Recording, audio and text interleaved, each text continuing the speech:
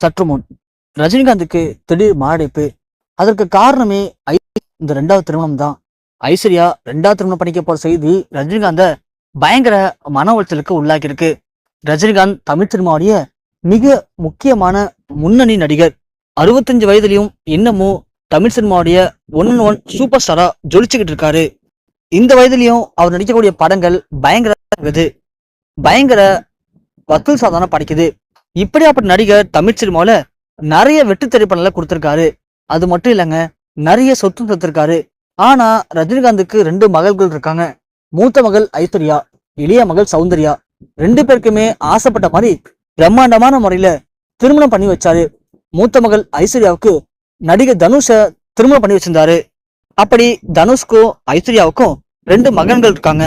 இவங்களுடைய திருமண வாழ்க்கை அப்படிங்கிறது கடந்த ஒரு 15 வருடமா எந்த பிரச்சனையும் இல்லாம நல்லபடியா போயிருக்கு.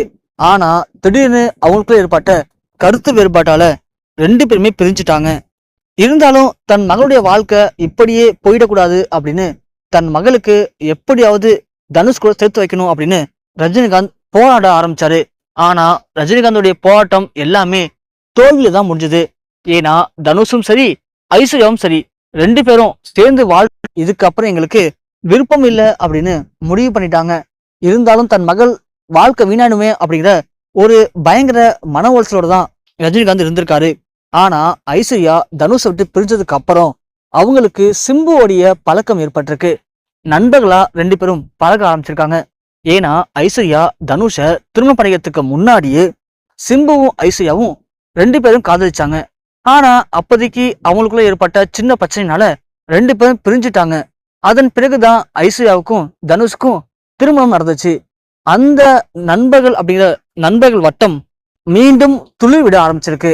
2 பேரும் இந்த விவாகரத்துக்கு பிறகு நண்பர்களா பழக ஆரம்பிச்சிருக்காங்க. அவங்க 2 பேருமே காதலர்களாகவும் மாறியிருக்காங்க. சிம்புவுக்கு கல்யாணம் நினைக்கிறதுக்கு அவங்க குடும்பத்தினர்கள் எவ்வளவோ போராடியுமே சிம்பு திருமணம் பண்ணிக்க முடியாதுன்னு சொல்லிட்டாரு.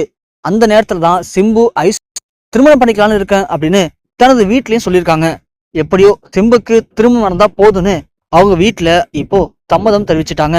அது மட்டும் இல்லாம இந்த விஷயம் எப்படியோ ரஜினிகாந்துக்கு தெரிய வந்திருக்கு. ரஜினிகாந்த் பயங்கரமா கோவப்பட்டிருக்காரு. ஐஸ்வர்யாவை கூப்பிட்டு கண்டிச்சிருக்காரு. இத பத்தியும் கேட்டிருக்காரு. அது வரைக்கும் அமைதியா இருந்த ஐஸ்வர்யாவும் ஆமா நானும் சிம்புவும் காதலிக்கிறோம், திருமணம் பண்ணிக்கலாம்னு இருக்கோம், நாங்களே உங்கள்கிட்ட சொல்ல நினைச்சோம், அதுக்குள்ள உங்களுக்கே தெரிஞ்சிருச்சு அப்படின்னு ரஜினிகாந்த் ரொம்பவுமே ஓப்பனா பேசியிருக்காங்க. கடுப்பான ரஜினிகாந்த் ஐஸ்வர்யா கிட்ட பயங்கரமா சண்டை போட்டிருக்காரு. அப்படிலாம் உன்னை திருமணம் பண்ணி வைக்க முடியாது, இந்த கல்யாணம் நடக்காது அப்படின்னு. அதுக்கு ஐஸ்வர்யா நீங்க சம்மதிச்சீங்கன்னா உங்க சம்மதத்தோட இந்த திருமணம் நடக்கும், இல்லைன்னா நாங்களே திருமணம் பண்ணிப்போம் அப்படின்னு திட்டவட்டமா சொல்லிட்டாங்களாம். இப்படி ஐஸ்வர்யா சொன்னது ரஜினிகாந்துக்கு பயங்கர மன உளைச்சலை ஏற்படுத்திருக்கு. அதை பத்தி பயங்கரமா யோசிச்சிருக்காரு, ஃபீல் பண்ணிருக்காரு. கடந்த 2-3 நாட்களா அவருக்கு சரியான தூக்கம் இல்ல, சாப்பாடு இல்ல. தன் மகளுடைய வாழ்க்கை எதை நோக்கி தான் போயிட்டு இருக்கு.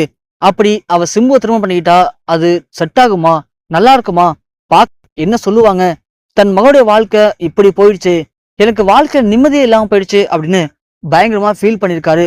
பயங்கர மன உளைச்சல்ல ரஜினிகாந்துக்கு திடீர்னு மாரடைப்பு ஏற்பட்டிருக்கு. நல்ல மாரடைப்பு ஏற்பட்டதன் காரணமா அவன் குடும்பத்தினர்கள் பயந்து போய் அவரை உடனடியாக மருத்துவமனையில கொண்டு வந்து அனுமதிச்சிருக்காங்களாம். மருத்துவமனையில ஐசியூல மிக ஒரு ஆபத்தான நிலைமையில அவரு அனுமதிக்கப்பட்டிருக்காரு அப்படின்னும், இதற்கு காரணமே அவருடைய மகளுடைய இந்த 2வது திருமணம் பற்றின செய்திகள் தான் அப்படின்னு இணையத்துல வெளியாகி ரசிகர்கள் மத்தியில மிகப்பெரிய ஒரு அதிர்ச்சியும் பரபரப்பையும் இப்ப ஏற்படுத்தியிருக்கு.